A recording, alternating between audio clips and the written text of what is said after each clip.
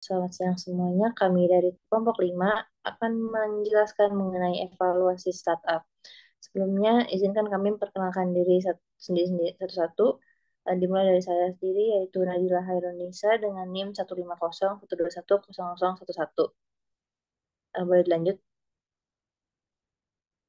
Dilanjut oleh saya, Sofidia Ayu Kusuma Wardani dengan NIM 1501210158.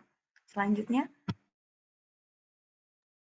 Perkenalkan, nama saya Anissa Munawara dengan NIM 15012100048. Saya Firly Anggita dengan NIM 15012100210. Saya Muhammad Nur Fadilah dengan NIM 15012100025. Saya Carina Paraswari dengan NIM 15012100009.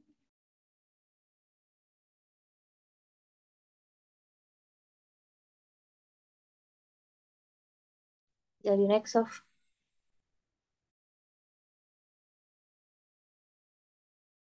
Oke, untuk topik pada presentasi kali ini ada pengertian dari startup, tahapan dalam memulai suatu startup, pengertian evaluasi startup, manfaat dan tujuan dari evaluasi startup, aspek-aspek utama dalam mengevaluasi bisnis yang harus menjadi fokus startup, matriks dari evaluasi startup dan metode evaluasi startup, dan terakhir ada studi kasus. Pertama, ada pengertian dari startup. Startup merujuk kepada perusahaan yang baru saja mulai beroperasi. Sebagian besar dari perusahaan-perusahaan ini adalah perusahaan yang baru dibentuk dan saat ini sedang berada dalam tahap pengembangan dan penelitian untuk menemukan pangsa pasar yang sesuai. Fenomena startup mulai mencuat pada akhir tahun 90-an hingga awal tahun 2000-an. Tetapi dalam realitasnya, istilah startup seringkali dikaitkan dengan segala sesuatu yang berhubungan dengan teknologi, web, internet, dan bidang terkait. Sehingga pada saat ini banyak startup yang membuka website pribadinya.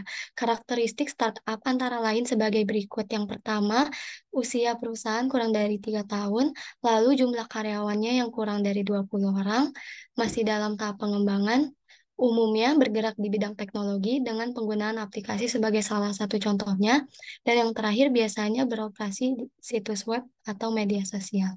Next. Selanjutnya ada tahapan dalam memulai startup. Untuk memulai bisnis startup harus diawali dengan ide brilian yang masuk akal. Biasanya ide itu lahir dari masalah yang timbul di sekitar kehidupan kita. Misalnya masalah transportasi dan mobilitas yang tinggi sehingga memunculkan bisnis transportasi online. Lalu terdapat pula bisnis startup yang fokus terhadap penyediaan lowongan pekerjaan. Dengan kata lain, penyelesaian masalah yang banyak dihadapi masyarakat melahirkan berbagai bisnis startup. Setelah mendapatkan ide, pemilik bisnis perlu membuat konsep dan mengembangkannya. Contoh dengan membuat website maupun aplikasi sebagai media promosi dan membangun branding suatu bisnis yang dirancang oleh tim digital. Setelah itu baru prototipe siap diluncurkan. Agar startup yang telah didirikan terjamin legalitasnya, startup berikut harus memiliki badan hukum. Sementara dalam mendirikan usaha, pemilik bisnis butuh rekan atau partner kerja selama menjalankan bisnis bersama ke depannya. Maka perlu untuk merekrut rekan kerja yang dapat dipercaya dan memiliki kredibilitas yang baik. Hal ini agar bisnis mampu berkembang secara cepat sudah pasti tidak bisa dijalankan sendirian. Terakhir, pikirkan strategi startup yang ingin dibangun akan meningkat dan berkembang.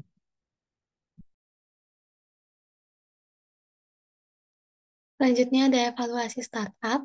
Evaluasi startup melibatkan penilaian menyeluruh terhadap berbagai aspek perusahaan yang baru beroperasi.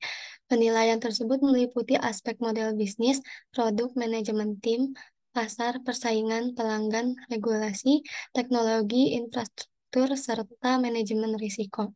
Evaluasi startup ini penting untuk mendukung pengambilan keputusan yang informasional dan strategis, terutama untuk investor, pemegang saham, dan manajemen perusahaan. Selain itu, memungkinkan perusahaan untuk menyesuaikan atau mengoptimalkan strategi bisnis mereka dan dapat menetapkan fokus pada elemen-elemen yang kritis untuk pertumbuhan dan keberlanjutan.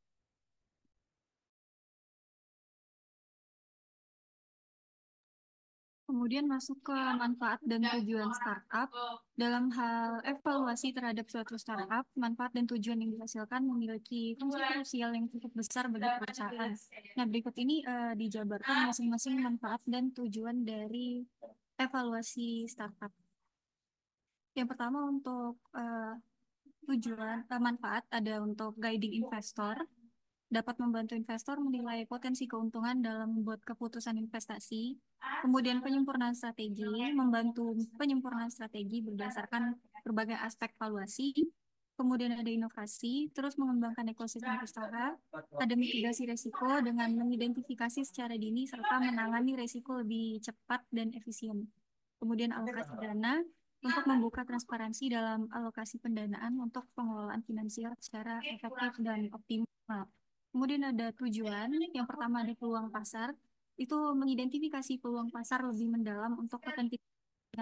Kemudian untuk sustainability, mengembangkan program untuk pertumbuhan perusahaan yang berkelanjutan, ada transparansi untuk meningkatkan transparansi demi pengambilan keputusan terbaik untuk semua bagian perusahaan.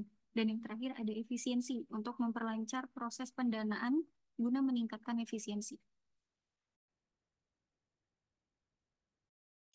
Kemudian terdapat 5 aspek utama dalam mengevaluasi suatu startup, yaitu tim pendiri, yang kedua return on investment atau ROI, kemudian yang ketiga yaitu competitive advantage atau keunggulan kompetitif, yang keempat momentum dan pasar, dan yang terakhir itu misi. Untuk penjelasannya dari tim pendiri. Tim pendiri ini atau pemilik startup memerlukan talenta terbaik khususnya di bidang teknologi jika ingin sukses di era digitalisasi.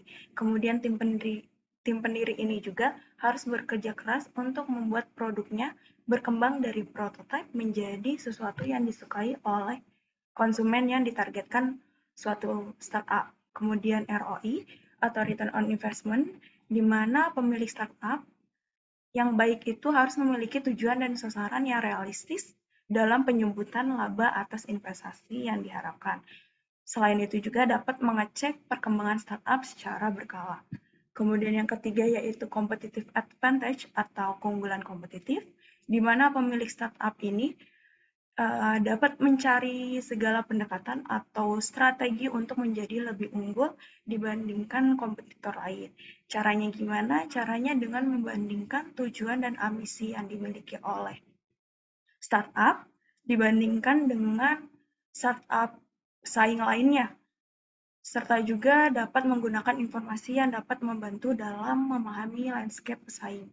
Kemudian momentum dan pasar. Momentum pasar ini dapat ditunjukkan berupa bukti kepada calon investor bahwa startup yang dimiliki ini mampu memiliki permintaan pelanggan yang konsisten, kemudian pasar yang dapat dilayani, dan juga potensi pertumbuhan yang cukup untuk mengembangkan produk.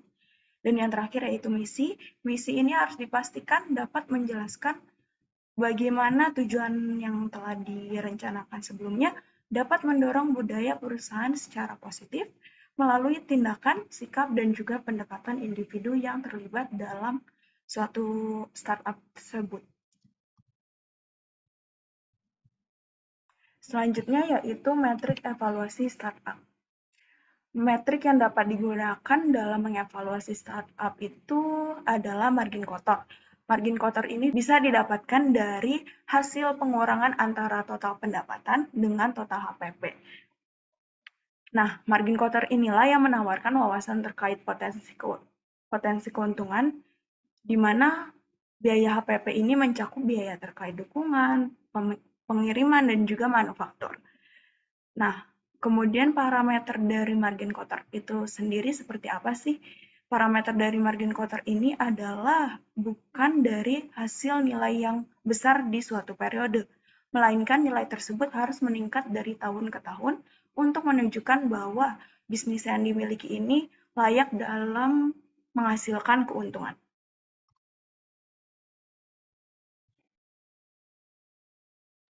Oke, selanjutnya ada metode evaluasi, di mana metode yang ini terdapat beberapa metode yang dapat digunakan untuk mengevaluasi suatu startup, yaitu yang pertama ada Berkus Method, yaitu metode yang paling sering digunakan oleh startup yang belum memiliki pendapatan, di mana terdapat 5 langkah di dalamnya, yaitu membuat konsep, membuat prototipe, lalu membuat tim quality management, yang keempat adalah membuat suatu koneksi dan membuat eh, launch plan berupa perencanaan waktu yang pas untuk meluncurkan suatu produk yang dimiliki. Yang kedua ada scorecard method, yaitu metode berupa penilaian dari berbagai aspek seperti produk, potensi pasar dan saham, teknologi, channel distribusi dan lain-lain, yang kemudian penilaian tersebut akan dibandingkan dengan kompetitor yang sudah memasuki pasar. Apakah startup ini sudah siap atau tidak untuk masuk ke dalam pasar tersebut. Lalu yang selanjutnya ada discounted cash flow atau DCF, yaitu metode berupa evaluasi pertumbuhan startup terhadap berdasarkan forecasting terhadap penghasilan di masa depan dengan mengukur margin dan nilai arus kas yang kemudian dikurangi potensi resiko pada periode tersebut untuk mengukur nilai awal dari startup ini dengan mempertimbangkan banyak hal. Yang keempat ada venture capital method, yaitu metode yang lumayan mirip dengan metode sebelumnya, yaitu DCF, namun dengan format yang lebih sederhana dan digunakan untuk mengukur total aset bersih yang dimiliki dengan memperhitungkan keuntungan dan parameter laba rugi lainnya sehingga mungkin bisa memperoleh nilai net dari startup. Lalu yang kelima ada cost to duplicate, yaitu metode yang membandingkan biaya pengeluaran untuk meluncurkan suatu produk baru dengan startup yang sudah berjalan. Lalu yang terakhir ada risk factor summation method, yaitu metode yang menggabungkan metode Berkus dan scorecard method yang berfokus pada faktor resiko yang mungkin dihadapi startup sehingga hal tersebut bisa dijadikan pedoman untuk menentukan nilai yang dimiliki startup. Oke, next.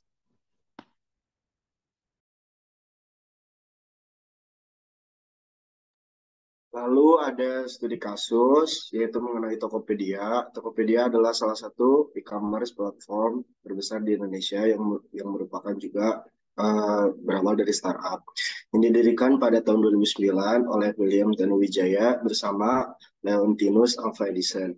Perusahaan ini telah mengalami pertumbuhan pesat secara positif dan menjadi ikon dalam industri e-commerce Indonesia. Berikut penjabaran keberhasilan, tantangan, serta strategi yang langkah-langkah yang akan diambil di masa depan oleh Tokopedia.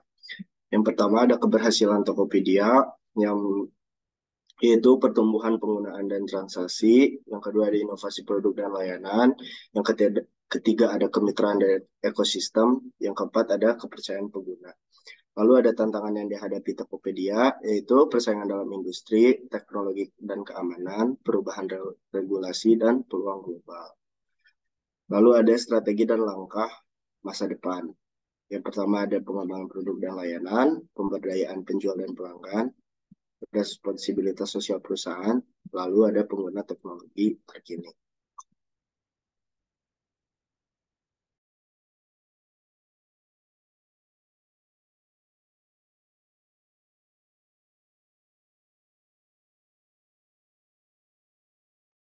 Oke, mungkin itu saja dari kelompok kami. Kurang lebihnya mohon maaf. Sekian dari kelompok kami. Assalamualaikum warahmatullahi wabarakatuh.